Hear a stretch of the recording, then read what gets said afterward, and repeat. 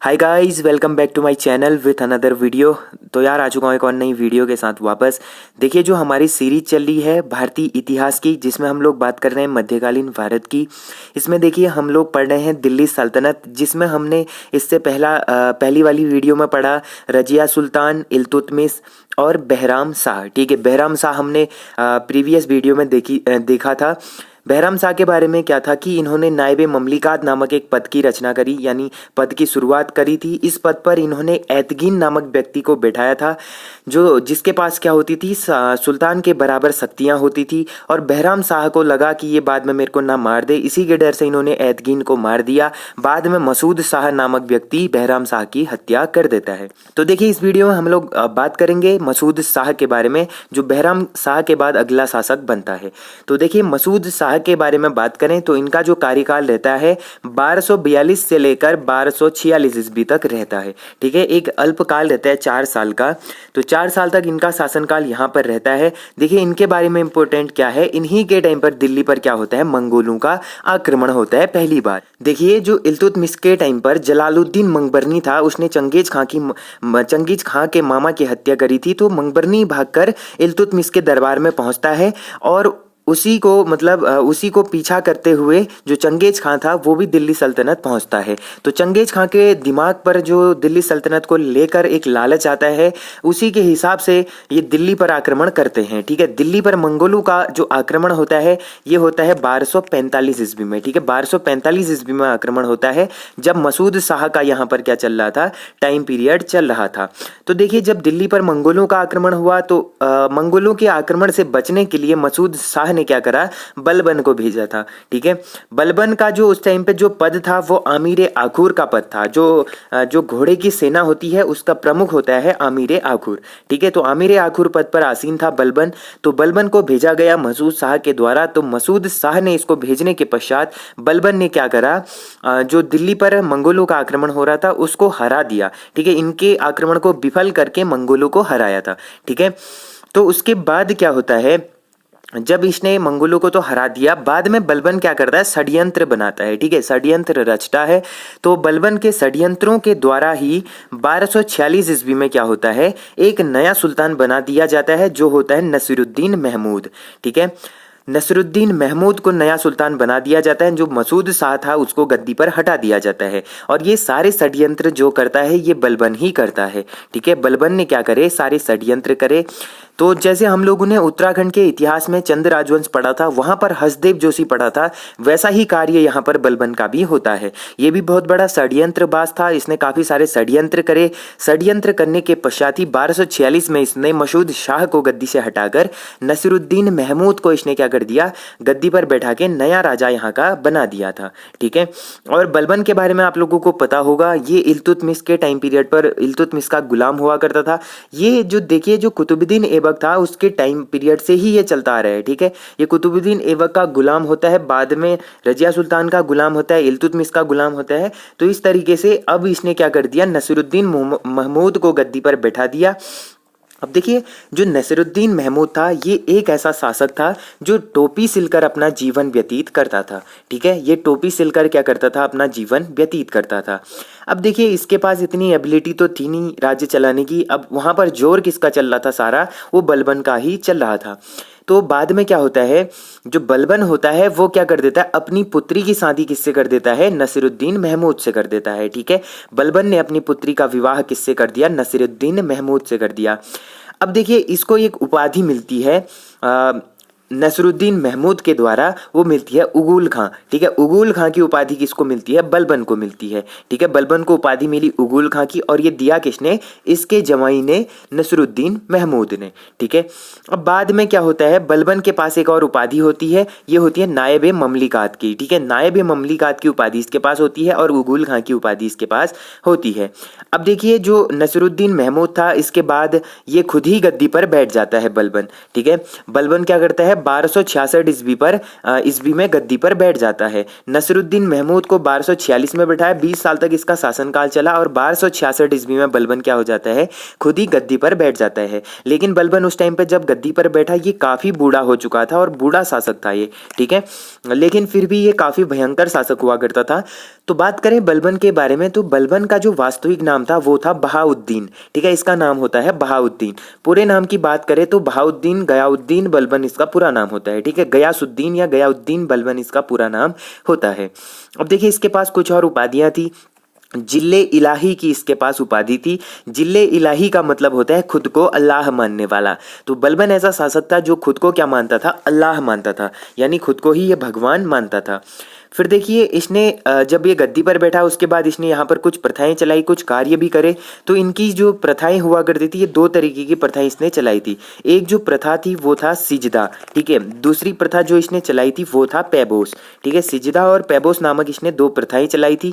Basically देखिए जो सिजदा होता था, सिजदा में क्या करना पड़ता था, जितने भी लोग इसके दरबार में आते थे उनको सिर झुका के इसके सामने प्रणाम करना पड़ता था और इसके सामने सिर झुका के ही दरबार में प्रवेश करना पड़ता था। तो जिसको सिजदा कहा जाता था, सिजदा मतलब सिर झुकाना, ठीक है। फिर उसके बाद होता था पैबोस। पैबोस का मतलब क्या होता था, दंडवत प्रणाम, ठीक है, दंडवत प्रणाम, यानी जो भी व्यक्ति इसके दरबार में आएगा पहले सिजदा करेगा, सिर झुका के प्रणाम करेगा, फिर दंडवत प्रणाम करेगा यानी पैबोस करेगा। मतलब राजा के सामने पूरा सर झुका के प्रणाम, दंडवत प्रणाम इनको करना पड़ता था। ये जो प्रथाएं चलाई थी ये बलबन ने चलाई थी, ठीक है। अब देखिए इसके बाद कुछ और चीजें इसने करी थी, जैसे नवरोज उत्सव इसने मनाया था जो बेसिकली पारसी धर्म का होता था। पारसियों का जो एक नवरोज उत्सव होता था ये इसने इसको चलाया था, यानी इस उत्सव को इसने भी मनाया था। और इसने एक और नीति अपनाई थी जिसको कहते हैं रक्त एवं लौह नीति, ठीक है। रक्त एवं लौह नीति ये किसने अपनाई थी, ये अपनाई थी गयासुद्दीन बलबन ने, ठीक है। अब रक्त एवं लौह नीति क्या होती थी, देखिए जो शत्रु होते थे, शत्रुओं के प्रति या विरोधियों के प्रति जो इसका एक नीति थी वो इसने अपनाई थी, ठीक है। शत्रुओं के प्रति या जो इसके विरोधी होते थे उसके प्रति रक्त एवं लौह की नीति इसने अपनाई थी। अब देखिए बलबन के बारे में कुछ और चीजें बात करें तो बलबन के शासन काल में ही बंगाल का विद्रोह हो जाता है, ठीक है। क्या होता है, बंगाल का विद्रोह हो जाता है और विद्रोह को दबाने के लिए इसने अपने पुत्र गुफरा खां को भेजा था, ठीक है। बंगाल का विद्रोह दबाने के लिए बलबन ने क्या करा था, अपने बेटे गुफरा खां को भेजा था। देखिए जो बंगाल था, बंगाल पर काफ़ी सारे विद्रोह उस टाइम पर हुआ करते थे, इसीलिए इसको क्या बोला जाता है, विद्रोहों का नगर भी बोला जाता है, ठीक है। बंगाल को क्या बोला जाता है, विद्रोहों का नगर भी बोला जाता है। तो देखिए इसके टाइम पीरियड पर क्या होता है, बलबन के टाइम पीरियड पर देखिए जो तुर्कान चहलगानी था, तुर्कान चहलगानी बेसिकली क्या होता था, 40 सरदारों का एक समूह होता था जिसका गठन किसने करा था, इल्तुतमिश ने करा था। लेकिन जो ये तुर्कान चहलगानी होता था इसका विनाश कर देता है बलबन, ठीक है। गठन करा था इल्तुतमिश ने, विनाश कर दिया बलबन ने। तो ये सारे फैक्ट थे बलबन के बारे में। फिर इसके बाद देखिए कैकुबाद के बारे में हम लोग पढ़ते हैं। अब देखिए जो कैकुबाद है, कैकुबाद किसका बेटा होता है, ये होता है गुफरा खां का, ठीक है, जिसने बंगाल का विद्रोह दबाने के लिए बलबन ने भेजा था गुफरा खां को। यही गुफरा खां का बेटा कौन होता है, कैकुबाद। अब आप लोग यहाँ पर समझ सकते हैं जो बलबन था, बलबन का बेटा कौन होता है, गुफरा खां होता है। गुफरा खां का बेटा कौन होता है, कैकुबाद होता है। तो अगला शासक जो यहाँ पर बनता है वो बनता है कैकुबाद, ठीक है। कैकुबाद अगला शासक बनता है जो किसका पुत्र था, गुफरा खां का पुत्र था, ठीक है। अब कैकुबाद के बारे में ज़्यादा इंपॉर्टेंट नहीं है, इसके बाद हम लोग सीधे पढ़ेंगे शम्मुद्दीन कैमुर्स के बारे में, ठीक है। अब ये जो शम्मुद्दीन कैमुर्स था ये किसका बेटा था, कैकुबाद का बेटा था। अब शम्मुद्दीन कैमुर्स या शमसुद्दीन कैमुर्स भी कहीं पर आपको देखने को मिलता है। अब देखिए जो शम्मुद्दीन कैमुर्स या शमसुद्दीन कैमुर्स है ये गुलाम वंश का अंतिम शासक हुआ करता था, ठीक है। गुलाम वंश का अंतिम शासक कौन हुआ, ये हुआ शम्मुद्दीन कैमुर्स या शमसुद्दीन कैमुर्स। देखिए इसके बारे में भी ज़्यादा इंपॉर्टेंट है नहीं, क्योंकि जो शमसुद्दीन कैमुर्स होता है उस टाइम पर ये अल्प आयु में होता है, केवल ये 3 वर्ष का होता है। 3 वर्ष की आयु में ये गद्दी पर बैठा दिया जाता है। अब देखिए 3 वर्ष का जो बालक है वो खुद के बारे में ही नहीं जानता तो वो राज्य क्या ही संभालेगा, ठीक है। अब देखिए इसी का फायदा कौन उठाता है, जब शम्मुद्दीन कैमुर्स सिर्फ 3 वर्ष का गद्दी पर बैठता है और ये गुलाम वंश का अंतिम शासक भी होता है, तो इसका फायदा कौन उठाता है, तो इसका फायदा उठाता है जलालुद्दीन खिलजी, ठीक है। अब देखिए जो जलालुद्दीन खिलजी होता है, इसका पूरा इफेक्ट पड़ रहा होता है समुद्दीन कैमूर पर। देखिए, अब देखिए समुद्दीन कैमूर तो गद्दी पर बैठा था, लेकिन सारी शक्तियाँ किसके पास थी? जलालुद्दीन खिलजी के पास थी। ठीक है, जो जलालुद्दीन खिलजी था इसके पास सारी शक्तियाँ हुआ करती थी। तो जलालुद्दीन खिलजी क्या करता है, अपनी शक्तियों का फायदा उठाकर इसको मार देता है और यहाँ से खिलजी वंश का शासन शुरू हो जाता है। ठीक है, खिलजी क्या करता है, अपनी शक्तियों का फायदा उठा के समुद्दीन कैमूर की हत्या करके खुद गद्दी पर बैठ जाता है और नए वंश की यहाँ पर स्टार्टिंग होती है, जिसको हम लोग जानते हैं खिलजी वंश के नाम से। ठीक है, अब आप लोग यहाँ पर से खिलजी वंश पढ़ेंगे। गुलाम वंश फाइनली यहाँ पर कंप्लीट हो चुका है। तो देखिए, इसमें हमने काफ़ी सारे शासकों के बारे में पढ़ा। तो देखिए, अब देखिए कुछ हम लोग यहाँ पर जो गुलाम वंश से एक्स्ट्रा फैक्ट बचे हैं, इनके बारे में हम लोग यहाँ पर बात करेंगे। तो देखिए, जो नौवां शासक था बलबन, तो बलबन के दरबार में एक अमीर खुसरो नामक एक क्या रहता था, फारसी कबीर रहता था। और अमीर खुसरो के साथ साथ ही एक अमीर हसन नामक व्यक्ति भी रहता था। ठीक है, एक तो था अमीर हसन और एक था अमीर खुसरो। ठीक है, अमीर खुसरो और अमीर हसन नामक इसके दरबार में दो क्या रहते थे, फारसी कबीर रहते थे। अब हम लोग बात करें यहाँ पर अमीर खुसरो की, तो अमीर खुसरो का वास्तविक नाम था मोहम्मद हसन। ये भी एग्जाम में पूछा जाता है, और जो सेंट्रल लेवल के एग्जाम होते हैं एसएससी जीडी वगैरह, तो वैसे एग्जामों में ये काफ़ी बार पूछा गया क्वेश्चन है कि अमीर खुसरो का वास्तविक नाम क्या था। तो इसका वास्तविक नाम था मोहम्मद हसन।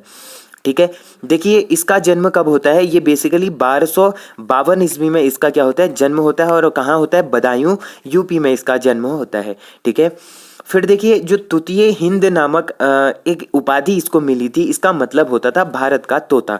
ठीक है, ये बोला जाता था अमीर खुसरो को। ठीक है, तृतीय हिंद इसको बोला जाता था, जिसका मतलब होता था भारत का तोता।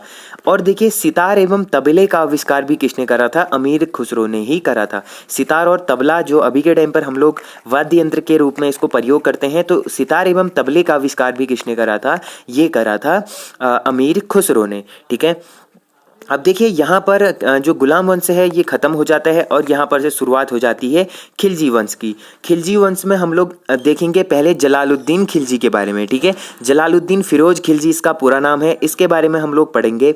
देखिए, दिल्ली सल्तनत का सबसे बूढ़ा सुल्तान था, जो 80 वर्ष की उम्र में गद्दी पर बैठता है। ठीक है, 80 वर्ष की उम्र पर यह गद्दी पर बैठता है।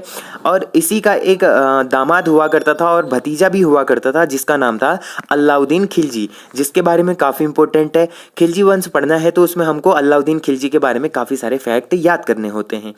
तो देखिए, आज के लिए सेशन इतना ही रखते हैं, और क्योंकि खिलजी वंश काफ़ी बड़ा है तो उसको हम लोग अगले 2 सेशंस में कंप्लीट करेंगे। तो आज के लिए इतना ही। तो मिलते हैं ऐसे ही इंटरेस्टिंग और नए वीडियो के साथ। होप करता हूँ आप लोगों को ये वीडियो पसंद आई होगी। वीडियो पसंद आई तो वीडियो को मेक श्योर लाइक ज़रूर करना, और जो लोग चैनल पर नए आए हैं चैनल को सब्सक्राइब जरूर करना। तो यार अपना ध्यान रखिए, पढ़ाई करते रहिए। Take care and bye bye.